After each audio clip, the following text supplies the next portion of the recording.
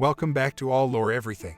This is our first video in which we are delving into the lore of George R.R. Martin's A Song of Ice and Fire universe. In this video, we'll discuss the origins, history, and traits of House Lannister. Just a warning that there are minor spoilers for the Song of Ice and Fire book series, as well as the Game of Thrones television shows. House Lannister are the Wardens of the West. Their coat of arms is a golden lion on a crimson field. While they are often associated with the words, "A Lannister always pays their debts," the official words of their house are actually, "Hear me roar." House Lannister make their home in Casterly Rock, and were founded during the Age of Heroes by Lann the Clever. Their ancestral weapon is Brightroar, a Valyrian steel sword that has been lost with time.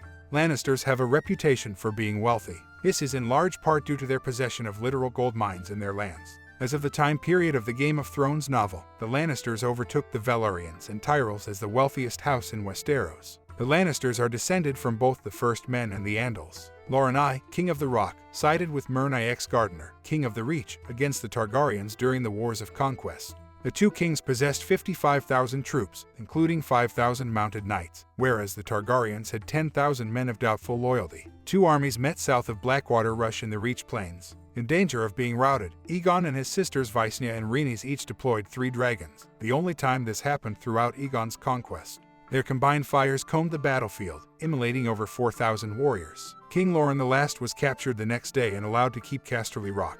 Loren became Westwarden. Queen Visenya was grateful that Loren rode to war instead of finding safety in his castle, Casterly Rock. House Targaryen arranged marriages between Iron Throne vassals to strengthen links throughout the 7 kingdoms. Lord Loren Lannister's son married a Redwyne. The Targaryen conquest left Casterly Rock's wealth unscathed, but the Lannisters were relegated to lords and had no links to the new kings. No Lannister is mentioned as a member of the Little Council before the Dance of the Dragons. Velaryon, Baratheons, Tullys, Hightowers, and Arryns were the Targaryen-aligned aristocratic houses in the 1st century. Lyman Lannister was married to Lady Jocasta Tarbeck by the faith-militant insurrection. Lord Lyman hated the Lannisters' lack of authority under the new Targaryen administration. Prince Aegon Targaryen and Princess Rhaena were on a royal advance through the Westlands when the battle began in 42 AC. They were imprisoned in Crake Hall by poor fellows until Lord Lyman gave them safety at Casterly Rock. Lyman refused to give them to King Maegor I Targaryen but didn't support Aegon's claim militarily. A shrewd ruler, Lyman carefully weighed his actions and played both sides. When Aegon the Uncrowned raised a rebel army to march against his uncle Maegor, Lyman's bastard son Sir Tyler Hill led 500 men from Lannisport to join his forces, allowing Lyman to plausibly deny ordering a force of Westermen to join the rebels. Aegon was killed by Maegor in 43 AC, but Tyler Hill survived. Sir Joffrey Doggett, chief of the Lannisport chapter of the Warriors' Sons, led the surviving faith militant in the second half of Maegor's reign. They couldn't fight Maegor openly, so they ambushed and harassed him. Joffrey governed the Highland area north of the Golden Tooth in 45 AC. Maegor later made Lyman's ward Jane Westerling's son. Throughout this, the Lannisters didn't choose sides. In 48 AC, Maegor's nephew Jaehaerys I Targaryen made war on him, and the great houses could no longer stand him. First the Velaryons proclaimed for Jaehaerys, then the Lannisters. Maegor ran out of alternatives and was found dead on the Iron Throne when rebels came. Lord Lyman led 300 knights to King's Landing for the Golden Wedding in 49 AC, celebrating Jaehaerys' ascension and peace with the great houses. After they left Fair Isle, the Lannisters hosted Rhaena and Andral Farman.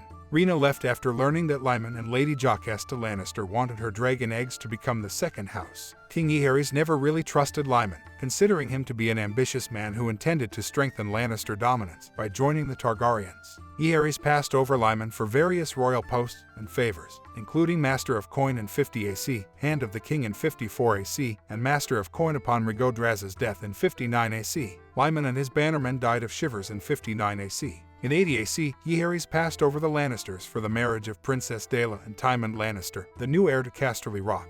Daela loathed Tywin because he was a womanizer and wine lover. Jaehaerys indulged Daela and allowed her marry whoever she wished, and she selected Lord Roderick Arryn. Lord Tywin Lannister and 300 Westermen attended the 101 AC Great Council at Harren.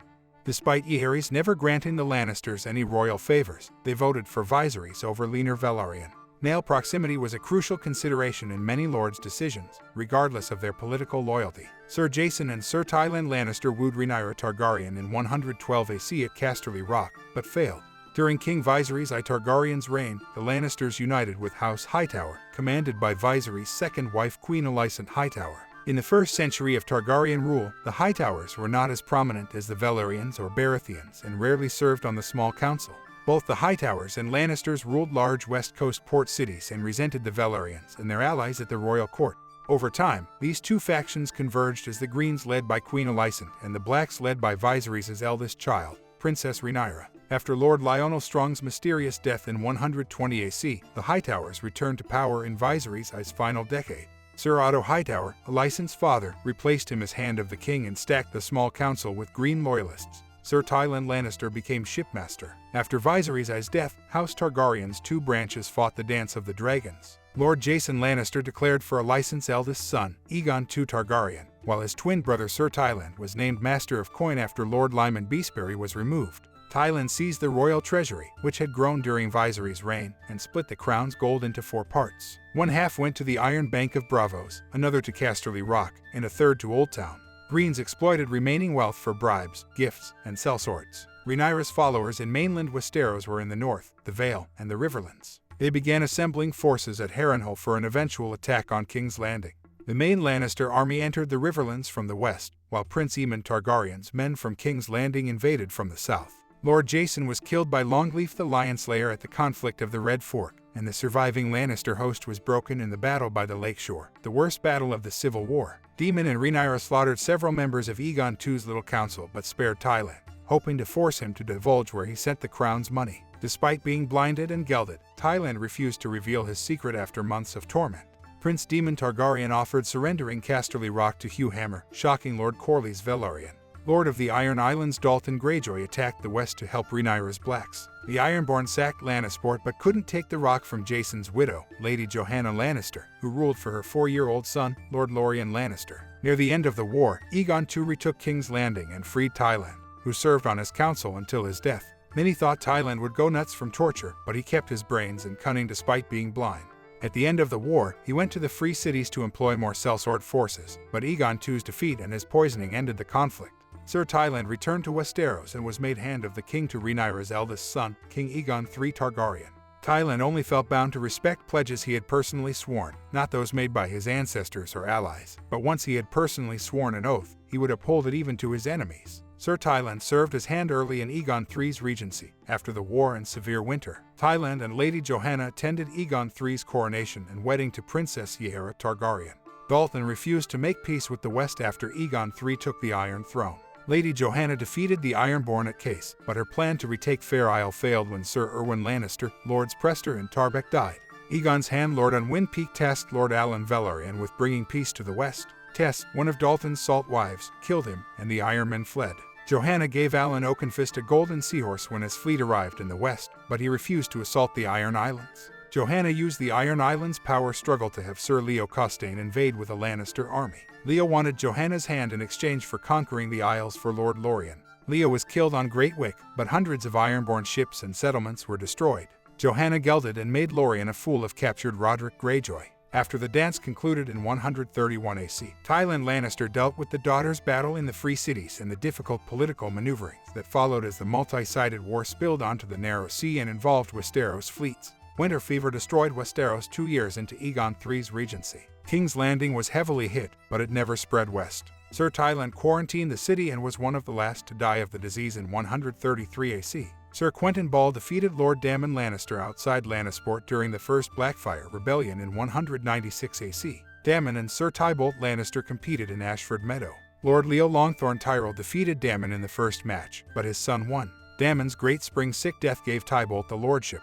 Gerald Lannister courted Lady Coldmoat, Rohan Weber, but preferred Casterly Rock with his brother Tybalt. House Lannister built ships to combat Lord Dagon Greyjoy at sea during Aerys I Targaryen's rule. Gerald became ruler after the unexplained murders of Lord Tybalt and Lady Sorrel Lannister. He was known as Gerald the Golden for his wealthy rule. Lady Rohan, Gerald's second wife, disappeared in 230 AC, and his twin sons died in the Peak Uprising in 233 AC and the Fourth Blackfyre Rebellion in 236 AC. Ellen Rain, Tian's widow, quarreled with Jane Marbrand, wife of Gerald's new heir Tydos Lannister, and remarried Walderin Tarbeck, Lord of Tarbeck Hall. After Gerald's death in 244 AC, Tydos became lord. Kind but weak, Tydos let corruption and treason to flourish among his bannermen, especially Rain and Tarbeck. Aegon V. Targaryen sent knights to the west 3 times. Sir Jason Lannister, Tydos' younger brother, was killed in the War of the Ninepenny Kings in 260 AC, while Tywin, Kevin, and Tygett won distinction for their house. Sir Tywin suppressed the Rain Tarbeck insurrection in 261 AC to restore House Lannister's glory. In 196 AC, Lord Daemon Lannister stayed faithful to the Targaryens during the First Blackfyre Rebellion, but he was beaten by Sir Quentyn Ball outside Lannisport. Daemon and Sir Tybolt Lannister played in the Ashford Meadow tourney. Daemon lost his first match to Lord Leo Longthorn Tyrell, but his son became a champion. Tybolt inherited Daemon's kingdom after the Great Spring Sickness. Gerald Lannister courted Rohan Weber, Lady of Coldmoat, but preferred Casterly Rock with Tybolt. During Aerys I Targaryen's rule, House Lannister built ships to combat Lord Dagon Greyjoy at sea. Gerald became lord after the unexplained murders of Lord Tybolt and Lady Sorrel Lannister. He became known as Gerald the Golden for his wealthy leadership. Gerald's second wife, Lady Rohan, disappeared in 230 AC, and his twin sons, Sir Tywald and Sir Tion, died in the Peak Uprising in 233 AC and the Fourth Blackfyre Rebellion in 236 AC, respectively. Tion's widow, Ellen Rain, quarreled with Jane Marbrand, wife of Gerald's new heir Tydos Lannister, and marrying Walderin Tarbeck, Lord of Tarbeck Hall.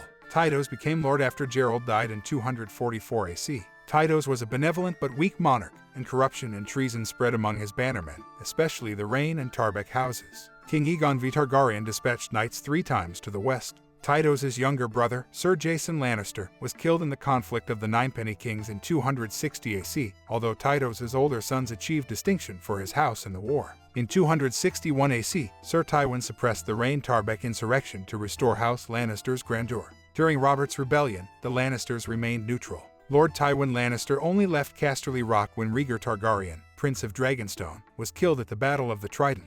Tywin led 12,000 men to King's Landing and swore allegiance to House Targaryen. Grand Maester Pycelle, a Lannister adherent, convinced King Aerys II Targaryen to open the gates. Tywin betrayed the Targaryens and let Robert take the city. Sir Jaime Lannister of the Kingsguard killed Aerys to stop the Mad King's wildfire plot. 2 of Tywin's knights, Sir Gregor Clegane and Sir Amory Lorch, slaughtered Rhaegar's wife and children to prove House Lannister's loyalty to Robert. Princess Rhaenys and Prince Aegon's bodies were draped in blood-red cloaks. After that, Cersei married Robert I. Robert and Cersei had 3 children, Joffrey, Miechella, and Tommen. Unknown to Robert, these 3 children were fathered by Cersei's brother, Jaime. Much of the conflict of the Song of Ice and Fire series comes from this scandal. The story of the Lannisters picks up in George R.R. Martin's Game of Thrones novel. You can continue their story there or in the Game of Thrones television show.